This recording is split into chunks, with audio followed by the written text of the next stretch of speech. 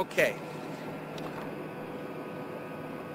This is a certified true copy of my live statement of birth.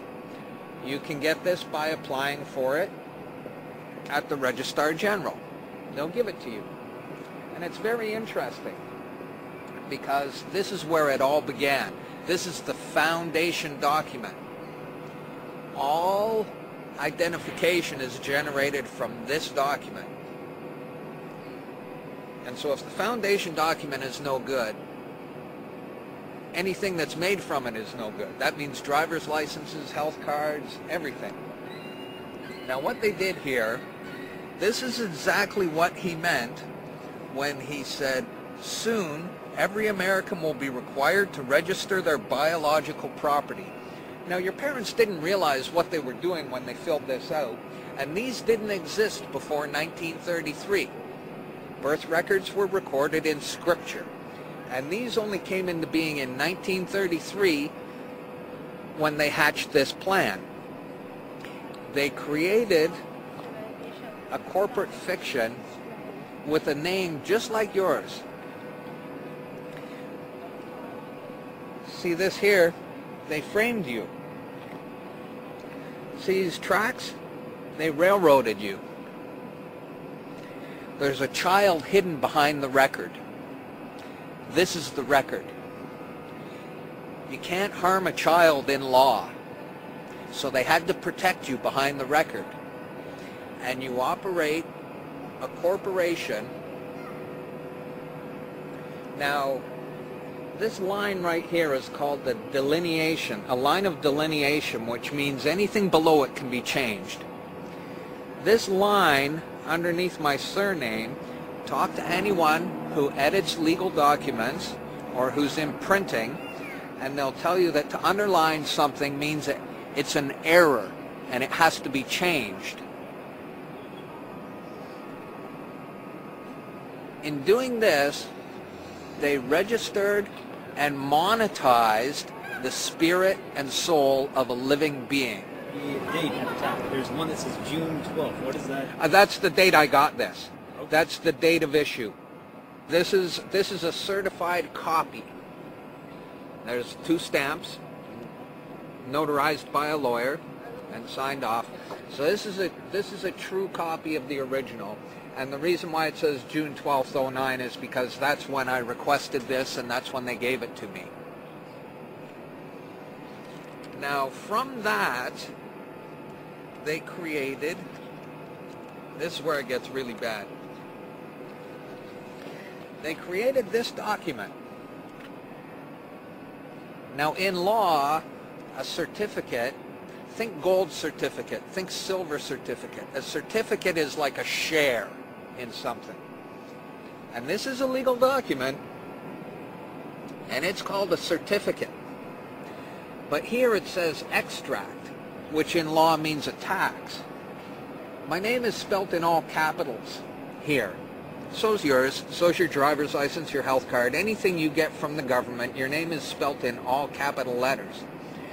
And when you use any government identification, you are identifying yourself as a corporation and you are existing within the jurisdiction of corporate law. And just because you didn't know what you're doing, that's no excuse. It doesn't exonerate you from liability. You're participating. The only way out is non-compliance.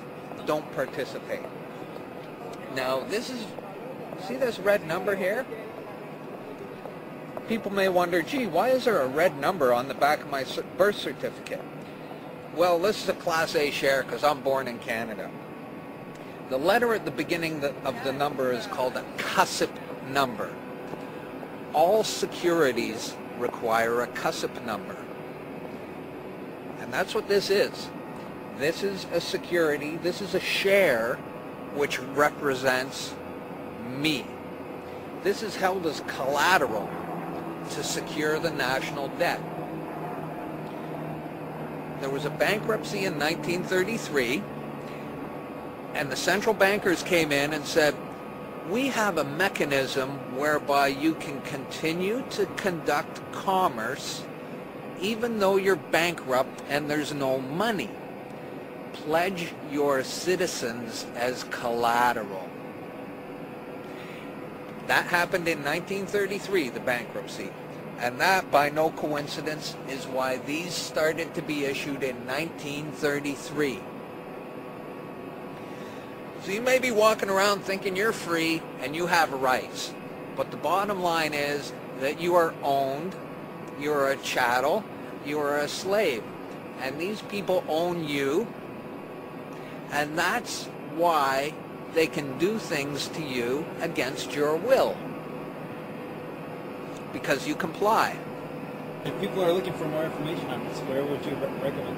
Thinkfree.ca has a lot of good information, but I think it's dangerous because see, this is a valuable token. And you can use this to discharge debt. Because there is no money.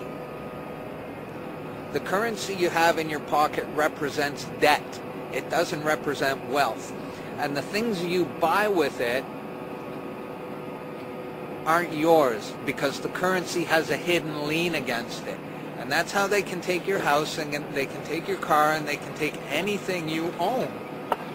Now, Robert Menard is teaching people that they can cash this in for $10 million. And while that may be true, I wouldn't advise doing something like that because your motivation is improper.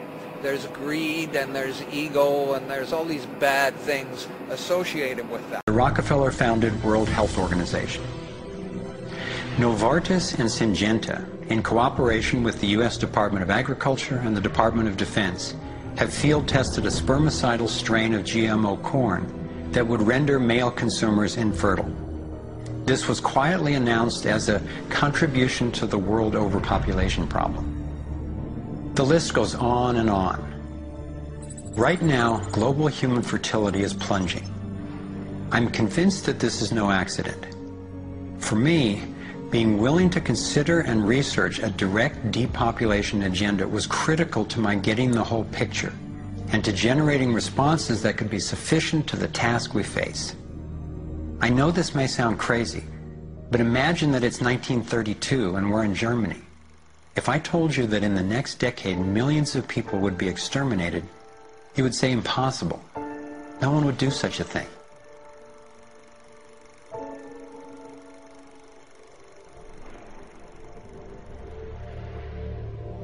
This is what depopulation looks like today. I'm convinced that I'm not overstating the case. Could I be wrong? Perhaps. But what if I'm not? We are at a critical fork in the road in human evolution. One road is leading toward tyranny and possible self-destruction. The other would lead us to a peaceful, healthy civilization based on honoring the rights and freedom of every single person on the planet.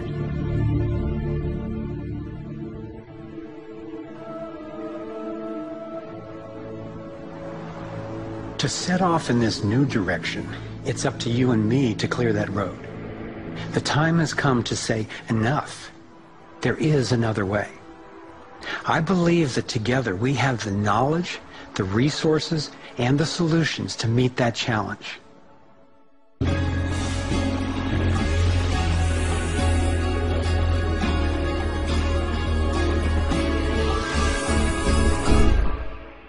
I see this process as nothing less than a struggle for the soul of humanity.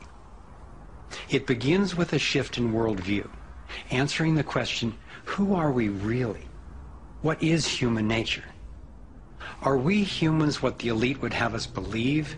Stupid, greedy creatures who, if left to our own devices, would devolve into violence and chaos, and so for our own good must be ruled over by a self-appointed elite?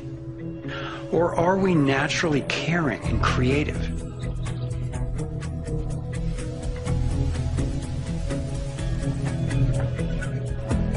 I believe when people are healthy and have what we need to survive, we can create a world based on integrity, freedom, and compassion. A world where everyone can thrive. Which of these two views will shape our future? Oh my God, the solar, look at that. Holy cow. Solar destroyed. Wow. Look at that thing. Stay inside. Wow. Holy.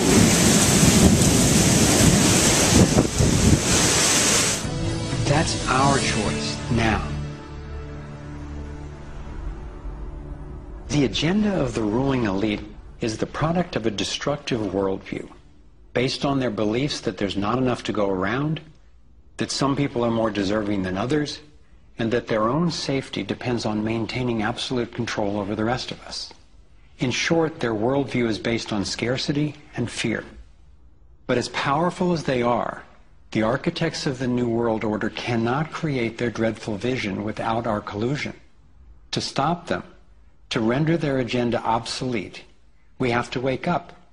We have to take action. You don't have to believe in free energy technology to be concerned about the repression of ideas and inventions. I found myself thinking, what better way to justify our dependence on oil, coal, nuclear, and other dangerous and dirty technologies than to claim there are no better, cheaper alternatives? I found myself thinking, what better way to justify our dependence on oil, coal, nuclear, and other dangerous and dirty technologies than to claim there are no better, cheaper alternatives?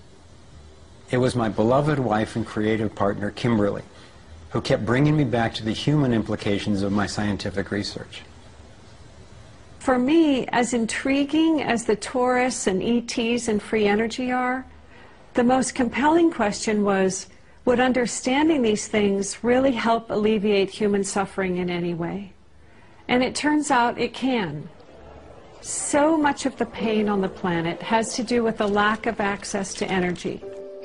Can you stay warm? Can you get food and water? Can you get hospital care? All that has to do with energy access. If there is a fundamental pattern, which makes sense to me that evolution would be efficient in that way, and we can align with that pattern to create new technologies that will solve these problems, then it's worth it to me to open my mind to these socially taboo subjects.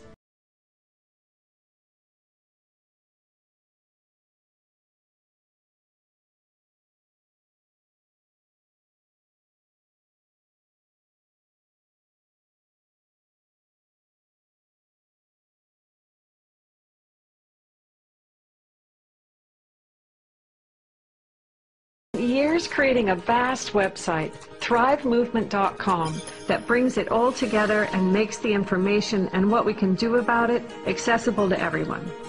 Here you have your very own navigator module to go deeper into the main subjects covered in the film: code, problem, and solutions. You can study strategies and tactics and connect with others to take high leverage actions. Every fact stated in this film has been independently verified, and the reference is on our website. This sector navigator facilitates whole systems thinking that recognizes that actions in one area impact all the others. The center of the sector navigator is worldview, because it determines how we experience everything that happens within and around us. In every sector, you'll find critical issues, resources, group strategies, and individual actions. Perhaps we need some outside universal threat. I occasionally think how quickly our differences worldwide would vanish if we were facing an alien threat from outside this world. And yet, I ask you, is not an alien force already among us? What could be more alien to the universal aspirations of our peoples than war?